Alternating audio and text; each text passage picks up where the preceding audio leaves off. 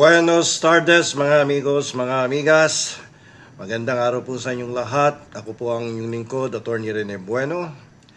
Ngayon po ay usap-usapan yung kumakalat na balita tungkol sa isang presidential son na hinaras daw po dyan sa North Luzon Expressway.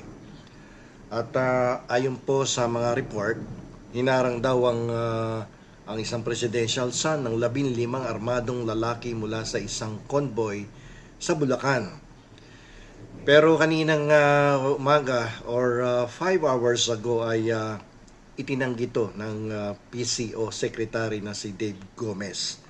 At ito daw ay isang fake news at political noise. At pero sa atin, sa parte ng mga ordinaryong mamamayan, kailangan po nating himayin kung meron mang ganitong balita at sitwasyon, no? At tingnan natin kung ano ba talaga ang nangyari doon sa North Luzon Expressway. At syempre, ang tanong ng nakakarami dito, bakit kailangan maglabas ng denial ng palasyo? Kung talaga namang agrabyado o hinaras ang anak ng ating Pangulo. At sa mata ng batas, no? Syempre, usapang batas tayo dito. Paano ba natin tinitingnan ng ganitong security incident? Okay, so himayin natin yan. So first thing first, linawin po natin ano ang detalye ng kumakalat na kwento. So anong petsa ngayon? 22 na ngayon, di ba? At ang insidente na to ay nangyari noong February 21. So ayon sa reports, no, sa social media at even in mainstream media, noong February 21 may isang motorcade daw diyan sa NLEX na hinarang ng mga sasakyang rehistrado sa isang munisipyo sa Bulacan. At ganito po yung naging aligasyon. May bumabaraw na lalaking may dalang baril at hinaras ang convoy ng anak ng ating Pangulo. Kaya nga lamang ito ang immediate response ng Philippine Communications Office, ang PCO, na pinamumunuan ni Secretary Dave Gomez. Ang sabi niya, no such incident. Walang nangyaring engkwentro. Walang hinaras na anak ng Pangulo at walang report mula sa kanilang security detail. Sa madaling salita, sabi ng palasyo, itong ating nabalitaan sa social media at sa ilang mga mainstream media ay kwentong barbero lang. Okay? So mamaya pupunta tayo sa barberia at makapagpagupit at tingnan natin kung talagang kwentong barbero to. Okay mga amigos, mga amigas, since usapang batas tayo dito, ito po yung legal na question. Kailan po may ituturing na nagkaroon ng isang harassment? Mga amigos, dito po papasok ang batas kung sakali mang totoo ang insidente. Harassment ba ito o regular na law enforcement? Sa Revised Penal Code at ibang special laws, ang harassment ay may elemento po yan. Tingnan natin do sa area ng unjust vexation. Kapag ang isang tao ay nanggugulo o nagdudulot ng inis, nang-iistorbo, nang walang dahilan, yan po ay unjust vexation. Ngayon, doon sa parte ng grave coercion, kapag pinipilit mo ang isang tao na gawin o wag mong gawin ang isang bagay gamit ang dahas o pananakot, gaya ng pagharang ng sasakyan sa NLEX, yung mga law enforcers, di ba? Ang dami-dami nila, tapos may bitbit na baril. Bumaba sa sasakyan at sinita yung sasakyan ng presidential son. At may pinapagawa.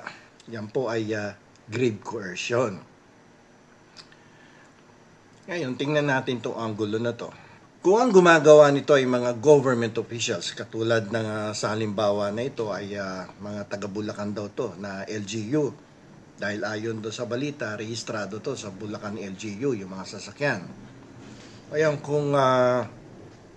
kung walang warrant or probable cause, maaari silang managot sa abuse of authority. Okay? So, doon sa kaso naman ng presidential son, may special protection ba to? No? Ang pamilya ba ng Pangulo ay, excuse me, ang pamilya ba ng Pangulo ay may special protection? Ito po yung reality check. Mga amigos, mga amigas, sa ilalim po ng batas, ang mga anak ng Pangulo ay binibigyan ng PSG o yung Presidential Security Group. Ito po ay proteksyon. So bakit may proteksyon ang mga anak o yung immediate members of the family? Dahil sila ay national security assets, interest. Ano mang banta sa kanila ay banta sa estabilidad ng ating bansa. Pero bakit? Di ba? Ang tanong diyan. Ang PSG protection ay hindi licensed to bully, no? Sa mga kalsada. Ang PSG protection ay hindi immunity mula sa investigasyon kung sila ang nakagawa ng mali.